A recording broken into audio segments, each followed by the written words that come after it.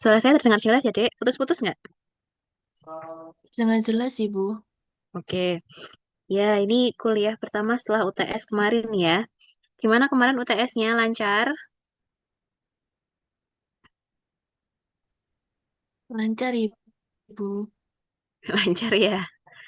Ada yang submit setelah batas waktu yang ditentukan?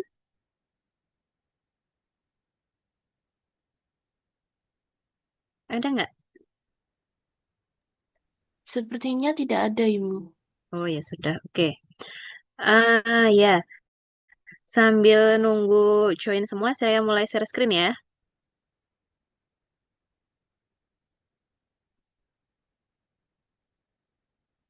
Sudah terlihat?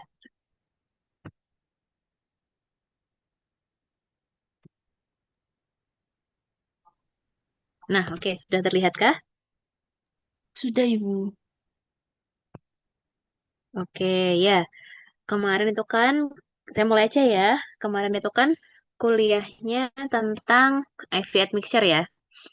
IV admixture meliputi pencampuran obat intravena, injeksi, terus apa lagi kemarin sitostatika dan TPN.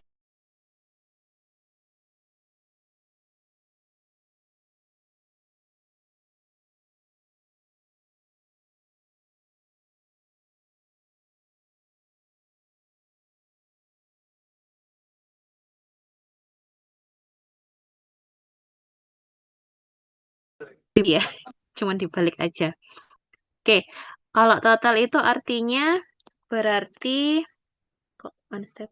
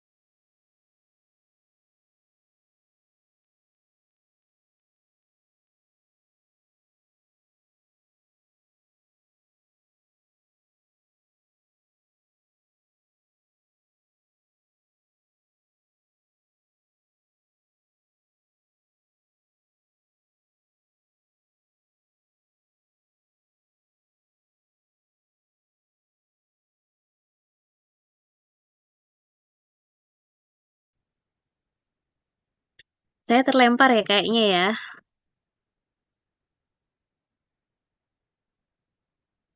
Sudah bisa mendengar suara saya lagi. Sudah, Ibu. Tadi kok tiba-tiba keluar saya. Oke, saya share screen lagi ya. Nah ini, sudah terlihat ya.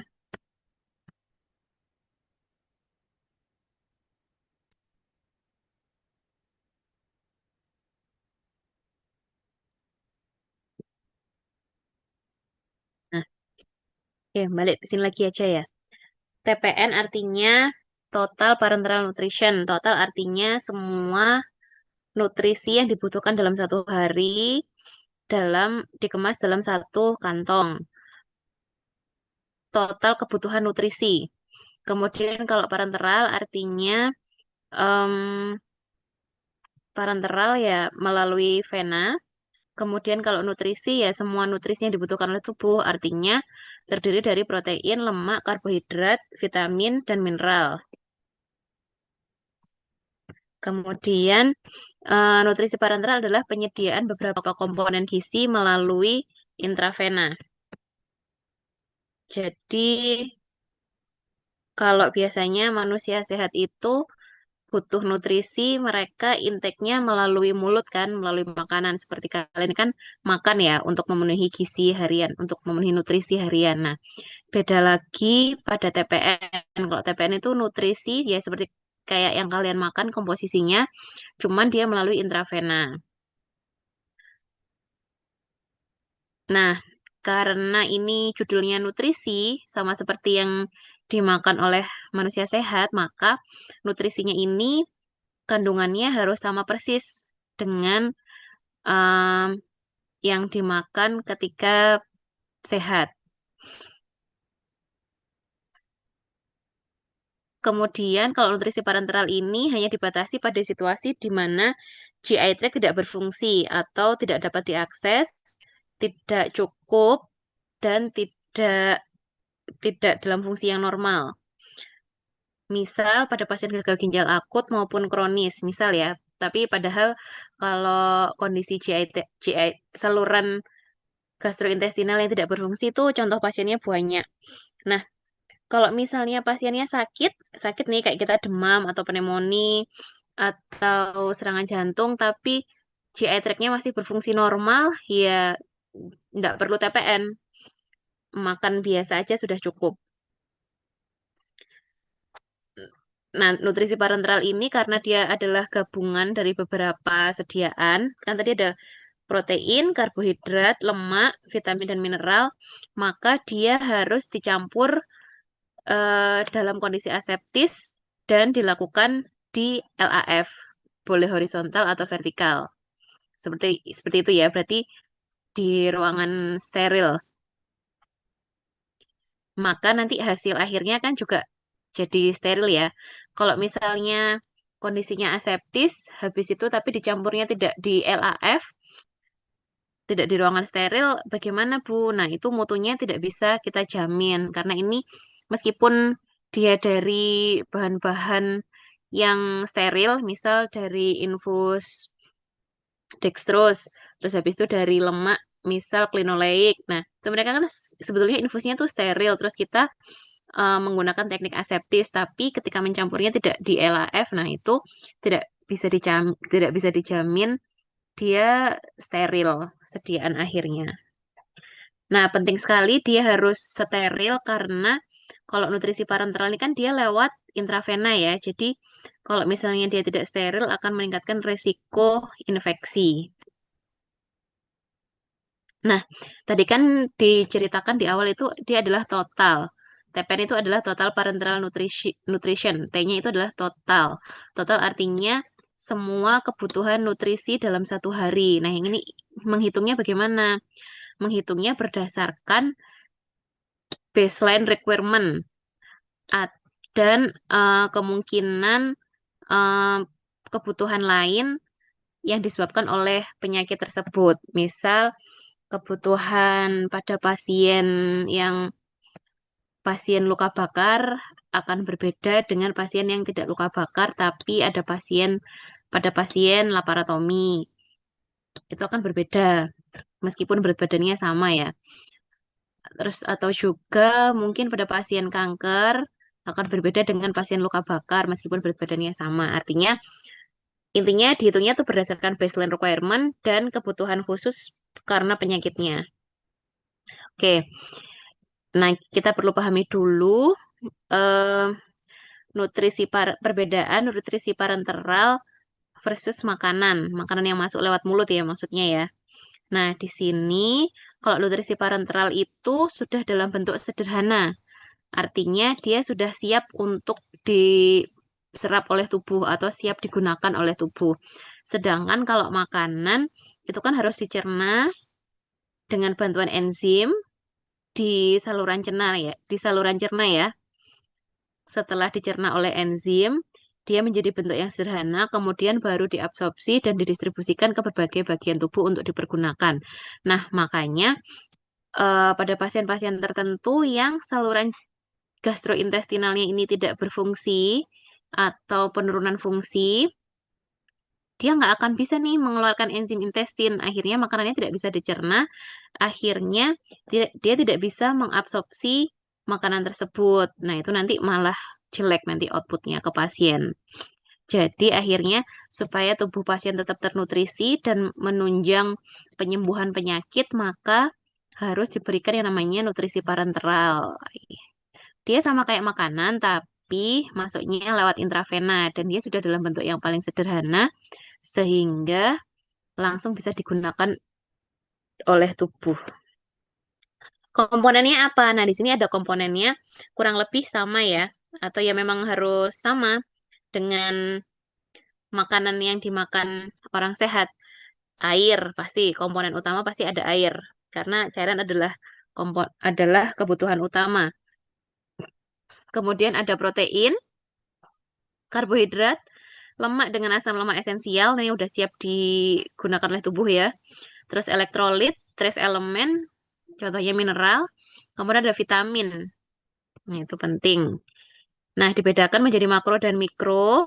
Kalau makro ya yang mm, kayak ini nih apa dextrose, terus lemak, intralipid itu lemak, ini yang menyumbang kalori banyak. Terus protein, aminofusin, contohnya ya. Ini contoh sediaannya maksudnya ya di sini ya. Dextrose itu infus dextrose yang mengandung gula. Mengandung gula, mengandung karbohidrat sama ya. Intralipid mengandung lipid dengan asam lemak esensial. Lalu protein, contohnya ada aminofusin. Terus cairan. Cairan ini ya cairan. Kemudian kalau komponen mikronya ada elektrolit, mineral, trace elemen, sama vitamin. Nah, kita bahas tentang kontraindikasi dulu untuk pemberian nutrisi parenteral.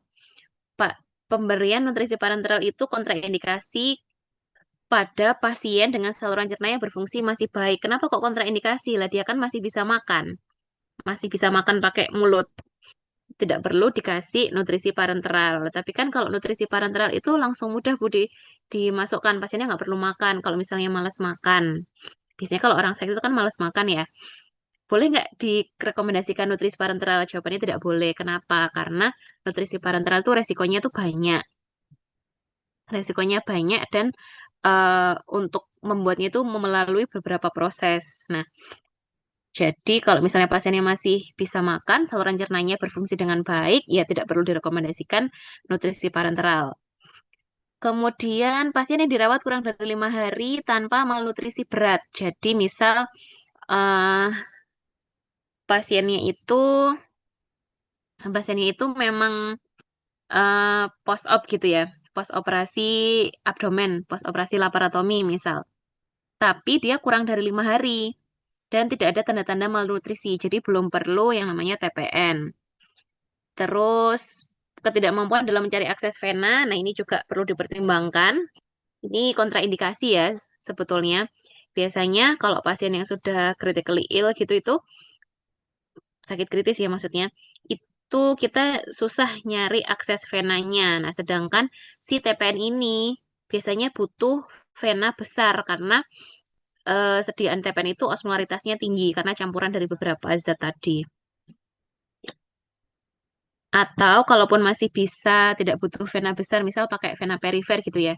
Dia butuh akses yang venanya masih bagus. Terus kontraindikasi juga pada penyakit yang tidak membutuhkan support nutrisi secara agresif. Ini juga kontraindikasi, jadi tidak perlu. Nah, indikasinya adalah pasien kanker. Kenapa kok pasien kanker? Karena pada pasien kanker ini biasanya fungsi tubuh sudah menurun, termasuk fungsi saluran gastrointestinal. Operasi abdominal, nah ini tentu saja ya, karena dia harus puasa. Operasi eh, usus buntu yang sudah perforasi, artinya dia yang sudah pecah ya usus buntunya. Terus operasi pemotongan usus, operasi bikin stoma pada bayi-bayi yang atresia ani gitu itu, yang tidak punya anus gitu ya. Apalagi operasi abdominal, operasi batu empedu, seperti itu. Terus penyakit inflamasi usus. Nah, jadi di usus ini terjadi inflamasi. Ini otomatis tidak boleh ada makanan masuk. Dan kalau di ususnya ini terjadi inflamasi, maka enzim-enzim intestinnya pasti turun. Pasien kritis yang dirawatnya lama ya, lebih dari 5 hari. Kemudian pada pasien trauma itu kayak misal pasien kecelakaan dengan cedera otak berat atau bahasa Indonesianya apa ya, gegar otak gitu.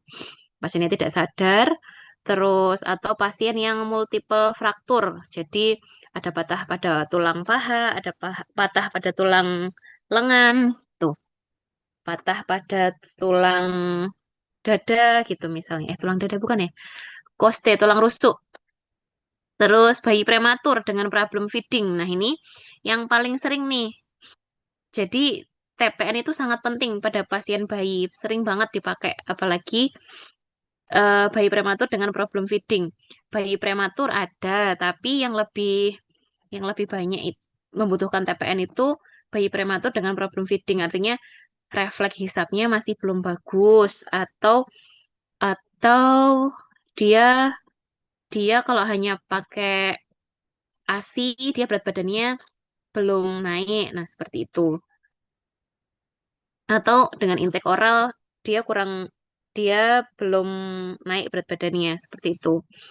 Pada pada bayi-bayi ini tuh dia itu kan butuh ada makanan ya untuk menunjang pertumbuhannya dia karena kalau bayi ini yang diutamakan ya nutrisinya ya. Kemudian pada pasien-pasien dengan organ failure, gagal jantung, gagal hepar, gagal ginjal seperti itu. Terus ada lagi pasien transplantasi. Tapi yang paling sering kalau di rumah sakit tuh ini, bayi prematur dengan problem feeding, operasi abdominal, kanker. Kalau pasien kritis ini dilihat dulu kritisnya berapa hari, dia masih bisa intake oral atau enggak. Seperti itu. Pasien trauma juga beberapa sih. Pasien kanker bisa malnutrisi karena keganasan, bisa juga karena efek samping dari obat-obat sitostatika ya, kan mual muntah, terus ada juga yang bikin fungsi tubuhnya turun ya, kalau dari efek samping obatnya itu. Terus kalau misalnya dia malnutrisi diterus-terusin, tidak diberikan TPN, maka akan menyebabkan survival rate-nya turun atau angka kesembuhannya turun. Respon terapi juga turun, sama morbiditas operasi meningkat. Jadi kalau misalnya pasien kanker yang habis dioperasi, tingkat kesembuhannya turun ya, kan morbiditasnya meningkat toh. Pasien operasi, em, kalau misalnya habis post-op, terus dia terjadi malnutrisi, maka akan menyebabkan komplikasi post-opnya meningkat. Misal terjadi infeksi luka operasi. Jadi lukanya tuh nggak sembuh-sembuh, terus terjadi infeksi. Kok bisa lukanya nggak sembuh-sembuh karena malnutrisi? Ya karena nutrisi makanan ini bisa meningkatkan penyembuhan lukanya, lukanya pos operasi tadi itu. Terus mortalitas meningkat atau angka kematiannya meningkat ya. Nah, pada pasien-pasien operasi itu biasanya kan sebelum dan sesudah operasi itu kan disuruh puasa ya. Sebelum operasi biasanya puasa 8 jam. Setelah operasi biasanya juga puasa eh, tidak tentu berapa jam, tapi biasanya lebih dari 4 sampai 6 jam atau bahkan sampai menunggu apa ya, respon dari anestesinya hilang. Jadi kan itu ada fase dia puasa kan setelah operasi itu, maka akan eh, mengurangi nutrisi yang masuk. Jadi pemberian nutrisi parenteral akan mengurangi defisit nutrisi. Kebutuhan support nutrisi dipengaruhi oleh status preoperasi, tingkat stres akibat operasi itu dipengaruhi oleh seberapa besar operasi tersebut, durasinya berapa lama, pendarahannya berapa banyak, seperti itu. Sama penyakit penyerta. Penyakit inflamasi usus, nutrisi parenteral ditujukan untuk penyembuhan, respon rate-nya 60-80%. Jadi, kalau pasien inflamasi usus dikasih nutrisi parenteral, em, akan meningkatkan responnya 60-80%. Nutrisi parenteral digunakan untuk mengatasi komplikasi karena intake kurang, karena adanya abdominal pain ya. Terus GI tract-nya pada inflamasi usus ini kan nggak normal kan. Nah, kalau kalau misalnya dia makan makanan oral, dia mudah diare, makanya butuh nutrisi parenteral supaya nutrisinya nggak hilang. Malabsorption ya karena enzim intestinnya tadi tidak ada kan atau berkurang. Inflamasi usus utamanya akan terjadi kerusakan mukosa pada usus. Nah, mukosa usus ini adalah mukosa pada usus ini kan yang bertugas untuk menyerap nutrisi ya. Nah, kalau terjadi inflamasi kan mukosanya rusak, jadi ya nggak bisa diabsorpsi kan, nutrisinya hilang. Terus kalau misalnya inflamasi usus ini semakin buruk, maka dilakukan reseksi usus atau dipotong ususnya. Atau operasi drainase abses. Jadi misal ada abses di ususnya, ada nanahnya ya. Kan terjadi inflamasi kan, jadi ususnya ada nanahnya lalu di drainase atau dihilangkan nanahnya. Terus pengatasan obstruksi usus. Obstruksi biasanya rusaknya usus ya. Biasanya ususnya dipotong lalu disambung lagi. Nah, itu biasanya disuruh puasa pasiennya. Pasien kritis, misalnya pada pasien cedera, tadi KLL, pada pasien luka bakar, pasien sepsis, terjadi hipermetabolisme. Artinya kalau terjadi hipermetabolisme kan berarti butuh butuh energi ya dia ya tubuhnya ya untuk melawan kalau misalnya pada sepsis untuk melawan infeksi, kalau pada luka bakar ya karena dia terjadi luka bakar kan. Terus terjadi pemecahan protein, terus terjadi resistensi insulin dan hiperglikemi karena dia terjadi hipermetabolisme. Meskipun dia nggak makan karena terjadi hipermetabolisme, akhirnya proteinnya dipecah, terus lemaknya dipecah, akhirnya menyebabkan hiperglikemi. Nah, kalau proteinnya dipecah, lemaknya dipecah jadi jadi gula, maka pasiennya akan kehilangan lean body mass atau kehilangan massa tubuhnya ya. Pemberian nutrisi bertujuan untuk mengkoreksi malnutrisi yang sudah ada sebelumnya. Kan kalau pada pasien sepsis, luka bakar, ini kan dia nggak bisa makan toh, akhirnya malnutrisi, jadi dikasih nutrisi parenteral. Mencegah malnutrisi protein dan kalori, terus status metabolisme pasiennya dioptimalkan dan mengurangi morbiditas dan mengurangi waktu recovery. Jadi artinya biar cepat sembuh. Organ failure, misal pada penyakit liver yang udah kronis dapat menyebabkan gangguan metabolisme asam amino, terus metabolisme glukosa dan lipid, dan ada gangguan keseimbangan elektrolit. Kemudian, em, kalau misalnya pada liver failure itu juga dapat menyebabkan GI bleeding. Kenapa? Karena ya aliran darah liver itu kan, gangguan liver itu kan banyak ya. Nah, banyak contohnya maksudnya. Gangguan liver itu akhirnya akan menyebabkan pembuluhnya itu kan menyempit. Vena portanya itu akan menyempit. Jadi aliran darah ke lambung itu juga akan turun. Nah, kalau aliran darah turun, maka mukosa lambung ini akan kekurangan kekurangan asupan darah, kekurangan nutrisi, akhirnya dapat menyebabkan GI bleeding ini. Jadi dia itu jadi mudah rusak mukosanya, akhirnya menyebabkan GI bleeding. Terus infeksi juga bisa. Kedua hal ini dapat menyebabkan status nutrisi turun, jadi butuh total parenteral nutrition. Nah, itu ya tadi contoh-contoh indikasi pemberian nutrisi parenteral. Nah, em, pemberian nutrisi parenteral itu kan memang betul lewat vena. Nah, namun sayangnya vena itu kan ada vena perifer, pembuluh darah perifer, atau pembuluh darah sentral. Rute sentral artinya dia menggunakan CVC. CVC itu nama selangnya ya. Kalau rute perifer tuh sama kalau kalau misal kalian lihat kalian lagi besuk teman saudara itu kan kalau kalau di infus itu kan kayak di tangan atau di kaki atau di ya pokoknya perifer ya. Nah, itu hanya bisa digunakan untuk sediaan yang osmolaritasnya kurang dari 900. Nah, dan digunakan dalam jangka waktu yang pendek, kurang dari 2 minggu. Kenapa? Karena vena perifer ini kan kecil ya. Kecil, terus dia rapuh. Kalau misalnya dipakai lebih dari 2 minggu, ya kemungkinan akan terjadi kerusakan.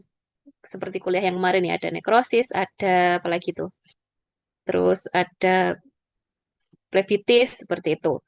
Nah, kalau untuk nutrisi parenteral yang osmolaritasnya lebih dari 900 miliosmol per liter, maka yang disarankan atau harus pakai rute sentral. Pakai central venous catheter namanya. Jadi bukan pakai infus biasa yang kayak kalian lihat kalau lagi besuk orang gitu ya. Jadi dia pakai central venous catheter. Letaknya di mana? Bisa di leher, jugularis, subclavian di dada, di paha juga bisa. Kalau lengan jarang. Nah, kalau di bayi prematur tadi di umbilical, di udelnya. Nah, jadi di udel bayi itu dia juga dianggap sebagai rute sentral karena di pusar itu kan dulu tempatnya tempatnya apa istilahnya ya?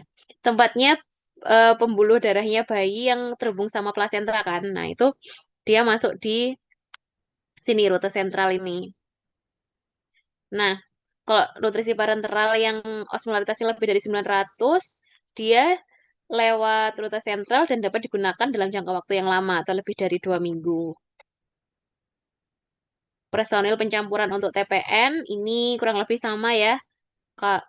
Seperti kita IV admixture, tapi tidak sama dengan sitostatika, berbeda dia. Harus memakai APD, memakai baju dalam, cuci tangan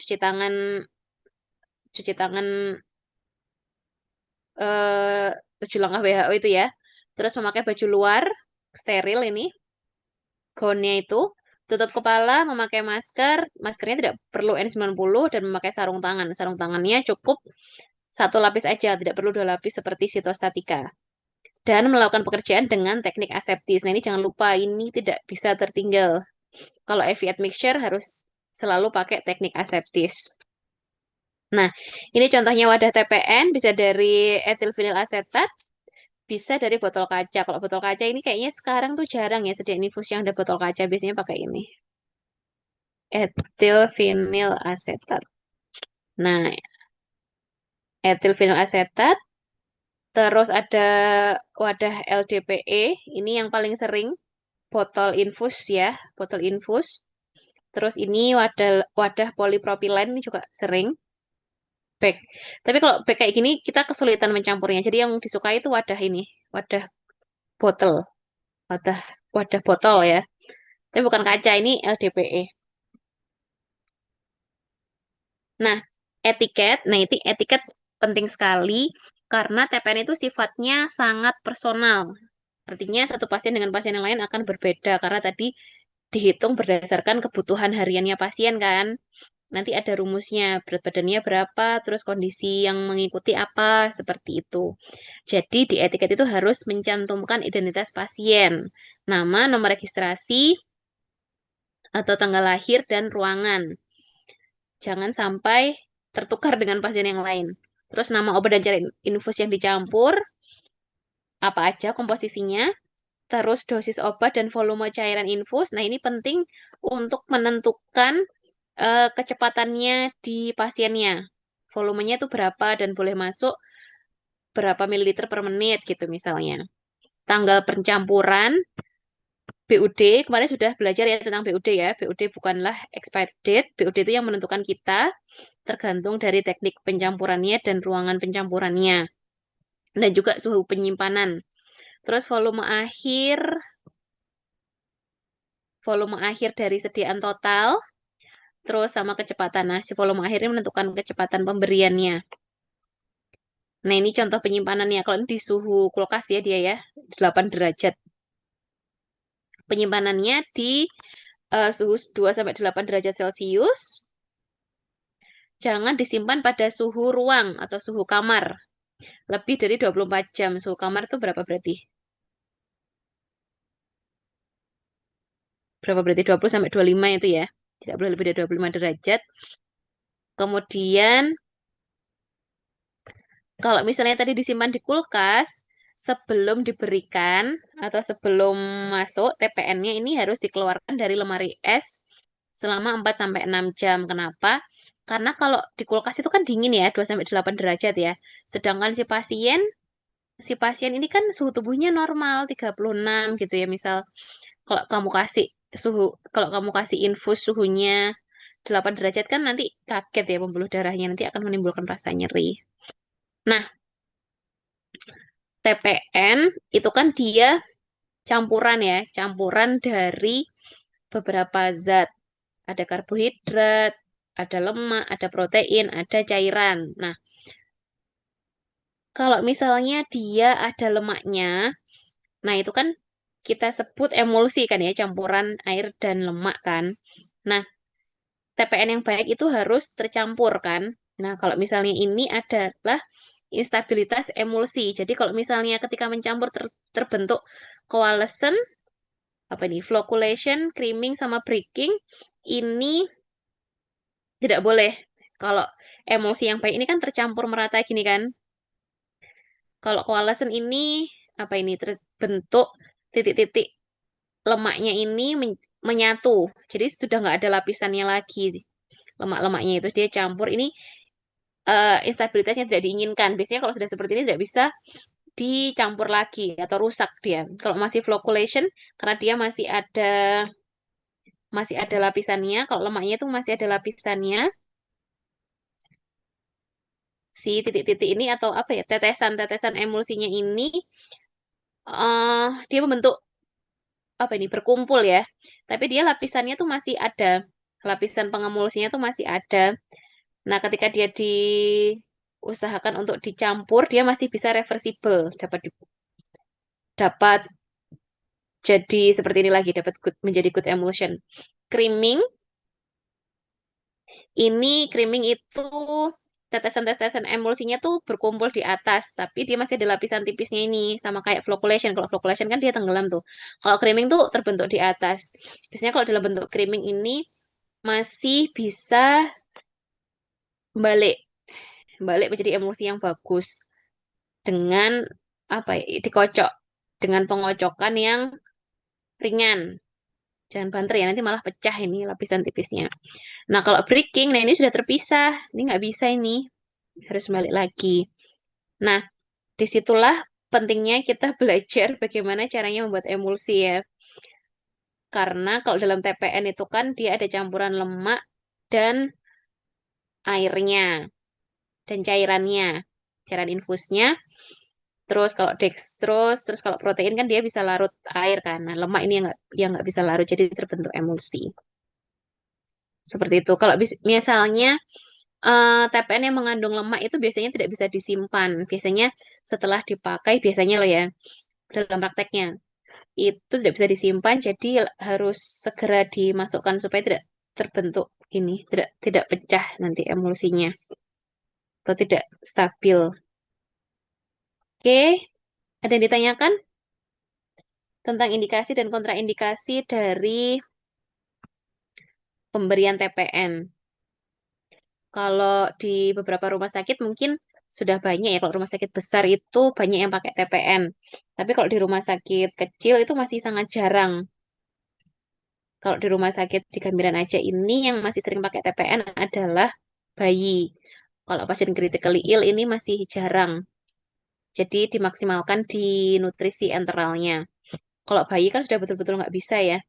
Jadi mereka pakai TPN untuk menunjang penyembuhan si pasiennya. Nah, resepnya ya memang betul-betul personal, artinya resep perseorangan gitu ya. Maksudnya satu bayi dengan bayi yang lain akan berbeda.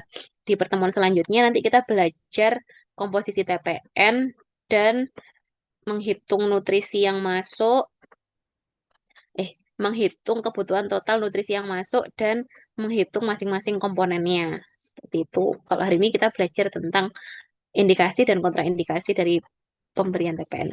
Ada yang ingin ditanyakan mungkin tentang pembentukan TPN?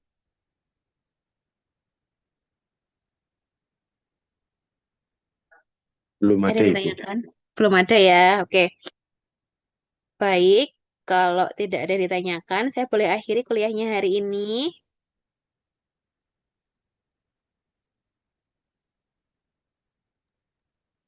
Boleh, Bisa ya. Ibu. Oke. Terima kasih atas partisipasinya hari ini. Saya stop sharing ya. Nanti slide-nya saya share ke Mbak Elvia ya. Oke, terima kasih atas partisipasinya. Wassalamualaikum warahmatullahi wabarakatuh.